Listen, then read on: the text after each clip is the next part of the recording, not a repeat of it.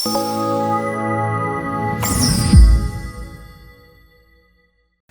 ట్యాబ్లు ఇచ్చావు, దానివల్ల ఏంటి నువ్వు ఏం డ్రైవ్ చేయబోతున్నావు? నీకు అంతకు ముందర మీకు దృశ్య శ్రవణ విద్యా విధానం అని చెప్పి ఎన్టీ రామారావు తీసుకొచ్చి పెట్టాడు. అన్ని టీవీలు పెట్టి ఆ టీవీలలో క్లాసులు చెప్పటం. అవునండి. అటువంటి విప్లవాత్మకమైన విధానాన్ని ఎప్పుడో 40-40 ఏళ్ల కిందట ఎన్టీ రామారావు తీసుకొచ్చాడు. మా స్కూల్లో టీవీలు పెట్టి క్లాసులు పెట్టేవాళ్ళు. అదే చెప్తున్నా. ఎప్పుడో 30 ఏళ్ల కిందటే 40 ఏళ్ల కిందటే ఎన్టీ రామారావు అటువంటి విప్లవాత్మకమైన మార్పులు తీసుకొచ్చిన విద్యా వ్యవస్థలో ఈ రోజున డ్రాప్ అవుట్స్ కనపడుతున్నారు అంటే అది ఎవరి ఫెయిల్యూరు? నీకు జనరల్గా ఎక్కడైనా సరే ఇప్పుడు మధ్యాహ్న భోజన పథకం తీసుకొచ్చి పెట్టారు. ఎందుకు పెట్టారు? డ్రాప్ అవుట్స్ లేకుండా ఉండటానికి. అండ్ ఇంకో విషయం అండి, ఆ మధ్యాహ్న భోజన పథకం గురించి నాదెండ్ల మనోహర్ గారితో సపరేట్గా మాట్లాడి సన్న బియ్యం మాత్రం దయచేసి దానికి ఇవ్వాలి అని చెప్పి ఆయనతో ఎలకొట్ చేయించుకున్నారండి లోకేష్ గారు. అవును. ఇక్కడ మనకేంటి అంటే వాళ్ళు కూడా మన పిల్లలే. నేను చెప్పింది నేను ముందరే చెప్పాను. అండ్ లోకేష్ గారు వాళ్ళతో కూర్చొని భోజనం కూడా చేశారు. ఒకసారి కాదు 4-5 సార్లు చేశారు. మానవ వనరులు అంటేనే మన వనరులు, రాష్ట్రానికి సంబంధించిన వనరులు, రాష్ట్ర భవిష్యత్తే వాళ్ళు.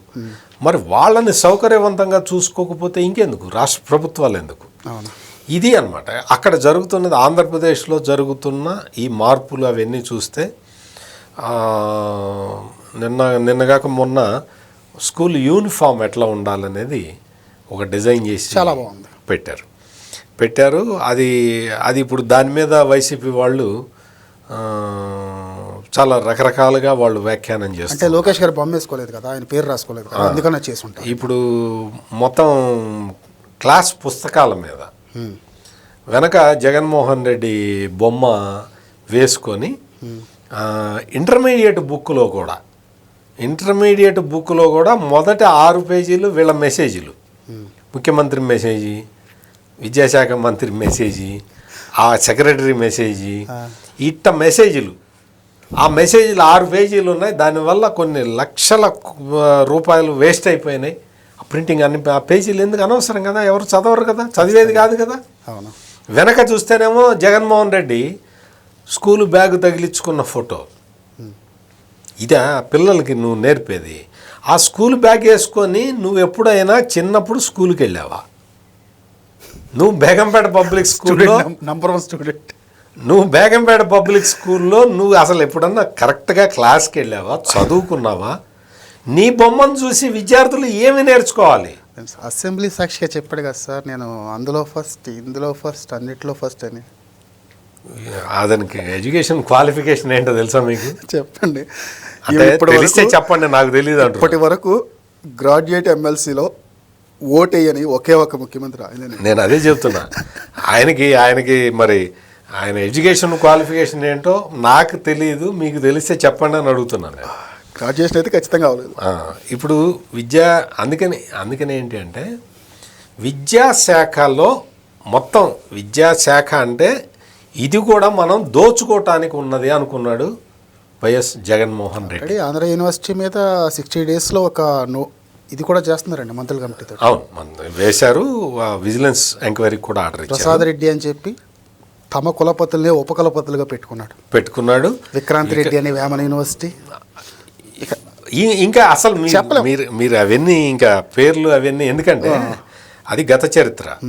వెళ్ళిపోయారు వాళ్ళు. వచ్చినప్పుడు వాళ్ళు ఎక్కడ ఆంధ్ర యూనివర్సిటీ దగ్గర నుంచి చూసుకుంటే నాగార్జున యూనివర్సిటీ చూసుకున్నా, పద్మావతి మహిళా యూనివర్సిటీ చూసుకున్నా, విక్రమ్ సింహపురి యూనివర్సిటీ చూసుకున్నా, అందరూ కూడా జగన్మోహన్ రెడ్డి మనుషులు, సొంత మనుషులు.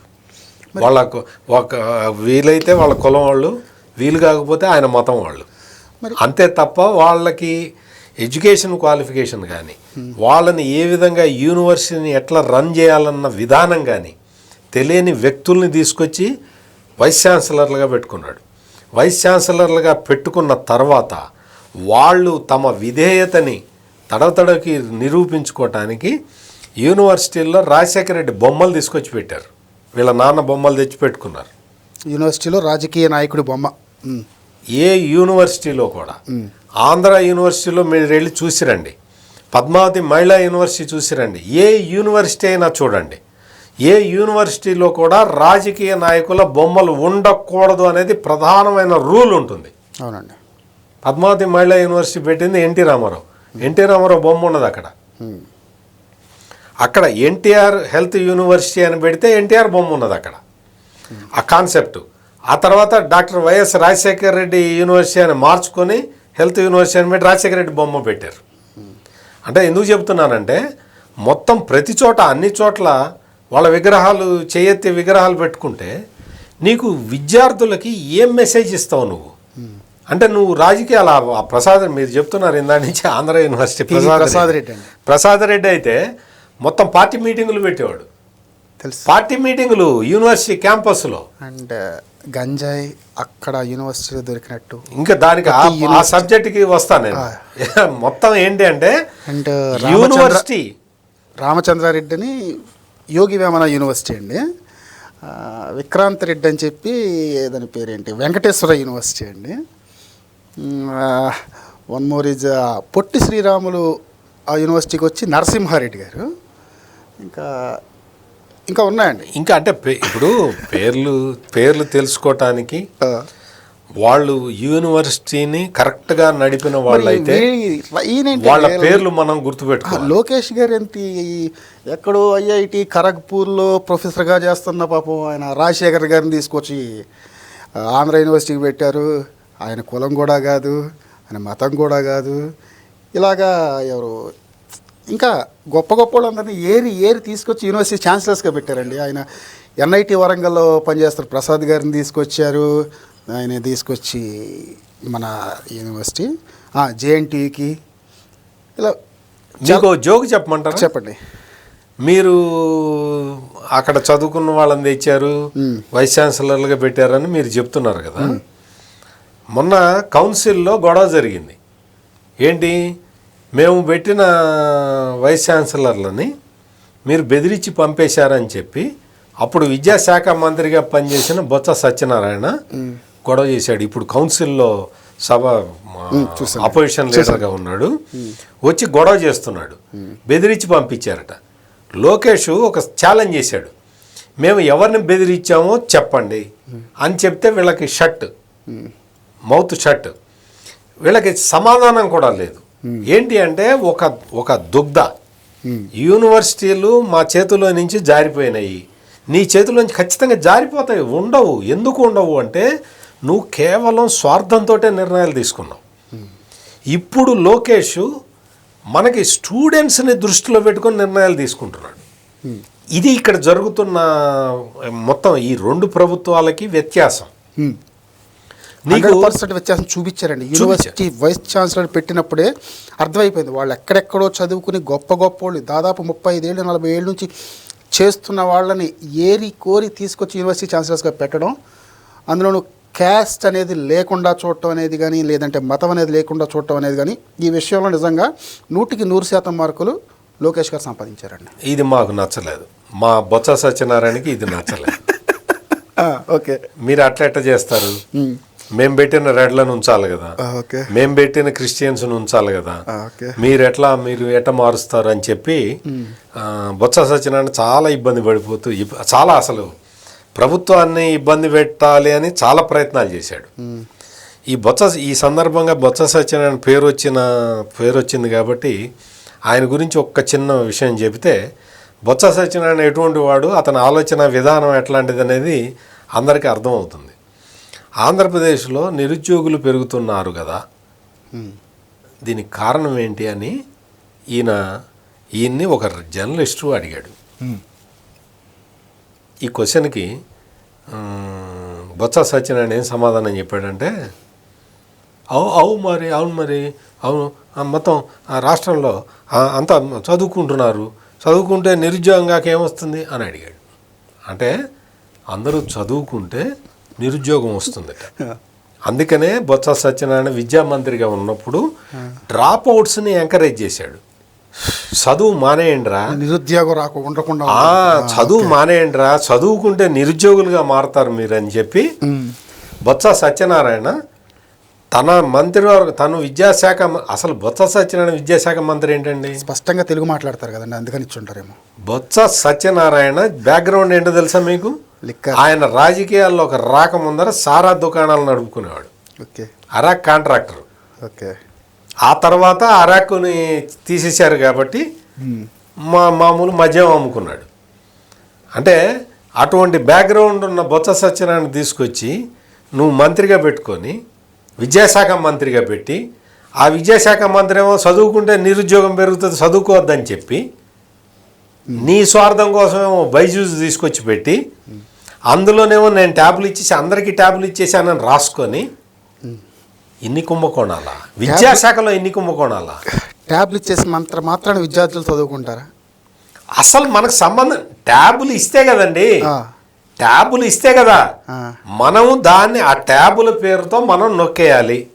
ఆ బైజూజ్ కంటెంట్ని మొత్తం అవుట్డేటెడ్ కంటెంట్ అని విద్యార్థులు ఎవరు కూడా చదవట్లేదు, అందుకని ఆ కంపెనీ దివాలెత్తింది. ఓకే. ఆ కంటెంటే అవుట్డేటెడ్ కంటెంట్. అవుట్డేటెడ్ కంటెంట్ ఇచ్చే కంపెనీతో అగ్రిమెంట్ చేసుకున్న వాడిని ఇంకేమనాలి? అవుట్డేటెడ్ అనాలా? ఏమనాలి? అవుట్డేటెడ్ పాలిటీషియన్ అనాలి. అంటే ఇక్కడ మొత్తం విద్యా వ్యవస్థ మొత్తాన్ని సర్వనాశనం చేసి పెట్టి ఏం చెప్తాడు తెలుసా? ఇంగ్లీష్ మీడియం పెట్టానని చెప్తాడు. ఈరోజు మీరు సాక్షి టీవీ చూడండి. ఈరోజు సాక్షి టీవీలో ఒక స్పెషల్ ప్రోగ్రామ్ వేశారు. అందులో చెప్తారు జగన్మోహన్ రెడ్డి గారు అందరికీ ఇంగ్లీష్ మీడియం పెడితే ఇప్పుడు కూటమి ప్రభుత్వం దాన్ని తీసేసిందని చెప్తున్నారు. ఇంగ్లీష్ మీడియం ఎప్పుడు పెట్టాలో కూడా తెలియదు నీకు జగన్మోహన్ రెడ్డి. మొత్తం భారత రాజ్యాంగం చదువుకో, ఏముంటుందో అందులో 5వ తరగతి వరకు మాతృభాషలో బోధన చెయ్యాలి అని ఉంటుంది. ఖచ్చితంగా ఆ విషయం కూడా తెలియదు నీకు. ఎల్కేజీ యూకేజీ నుంచి ఇంగ్లీష్ మీడియం పెట్టానంటావు. విద్యార్థుల్ని కన్ఫ్యూజ్ చేయడానికి పెట్టావు నువ్వు. నీకు తెలియక పెట్టావు. ఏ విద్యావేత్తతో మాట్లాడావా నువ్వు? ఎల్కేజీ నుంచో లేకపోతే 1వ తరగతి నుంచో 5వ తరగతి వరకు మాతృభాషలో విద్యాభ్యాసం జరగాలి. అప్పుడే స్టూడెంట్కి ఐక్యూ పెరుగుతుంది. జగన్మోహన్ రెడ్డి ఐక్యూ అంటే తెలుసా నీకు? ఇంటెలిజెంట్ కోషెంట్ అంటారు దాన్ని. అది పెరుగుతుంది. ఆ ఇంటెలిజెన్స్ కోషెంట్స్ పెరగకపోతే అతను ఆ తర్వాత ఏ లాంగ్వేజీ నేర్చుకోలేడు, ఏ సబ్జెక్టు నేర్చుకోలేడు. అందుకని ఐక్యూ పెంచాలి అంటే మాతృభాషలో విద్యా బోధన జరగాలి ప్రాథమిక స్థాయిలో. ఆ బేసిక్ ఇది కూడా తెలియని నువ్వు వచ్చి. లోకేష్ గారు కూడా సింగానియా గ్రూప్ తోటి ఆంగ్ల మాధ్యమాన్ని అభివృద్ధి చేయడానికి ఉపాధ్యాయులకు మళ్ళీ ఒక రకంగా నేను అదే పాయింట్ చెప్పబోతున్నా. చెప్పండి. శిక్షణ ఇవ్వడానికి కూడా ఇప్పుడు జగన్మోహన్ రెడ్డి ఇంగ్లీష్ మీడియం పెట్టాను. చంద్రబాబు నాయుడు కొడుకు ఎక్కడ చదివాడు, వెంకయ్య నాయుడు కొడుకు ఎక్కడ చదివాడు అని మాట్లాడాడు. అప్పట్లో చాలా వైలెంట్ స్పీచ్లు ఇచ్చేవాడు. ఆయన ముఖ్యమంత్రి కదా, ఆయన ముఖ్యమంత్రిగా ఉన్నప్పుడు పోలీసులు అందరూ చుట్టూతో ఉండేవాళ్ళు కాబట్టి చాలా వైలెంట్గా మాట్లాడేవాడు. వాళ్ళందరూ ఎక్కడ చదివారో నువ్వు వెంకయ్య నాయుడిని అడిగితే చెప్తాడు, చంద్రబాబు నాయుడిని అడిగితే చెప్తాడు. నీకు ఆ ఇంగ్లీష్ మీడియం ప్రవేశపెట్టడానికి ముందు నువ్వేం చేయాలో తెలుసా జగన్మోహన్ రెడ్డి? నీకు తెలీదు, మళ్ళీ నువ్వు చేసే అవకాశం రాదు. కానీ నేను చెప్తున్నా ఏం చేయాలో. టీచర్లకి ట్రైనింగ్ ఇవ్వాలి. ఇంగ్లీష్ మీడియంలో ఎట్లా బోధించాలో టీచర్లకి ట్రైనింగ్ ఇవ్వాలి. ఇచ్చావా జగన్మోహన్ రెడ్డి? లేదుగా. నీ బొత్స సత్యనారాయణ ఇచ్చాడా? అంతకుముందు విద్యాశాఖ మంత్రిగా పనిచేసిన ఆయన ఇచ్చాడా? ఏమి ఇచ్చాడు? ఎవరు ఇచ్చారు ట్రైనింగ్? ఏమన్నా ఇచ్చారు? టీచర్లకి ట్రైనింగ్ లేదు. అందుకనే విద్యా వ్యవస్థ అనేది ఒక చదువుకున్న వ్యక్తి చేతిలో ఉండాలి. అది ఈ రోజుకి జరిగింది. నారా లోకేష్ స్టాన్ఫర్డ్ యూనివర్సిటీలో చదువుకొని వచ్చాడు. అక్కడ దాకా పోవాలి అంటే జగన్మోహన్ రెడ్డి లాంటి వాళ్ళకి సాధ్యం కాదు.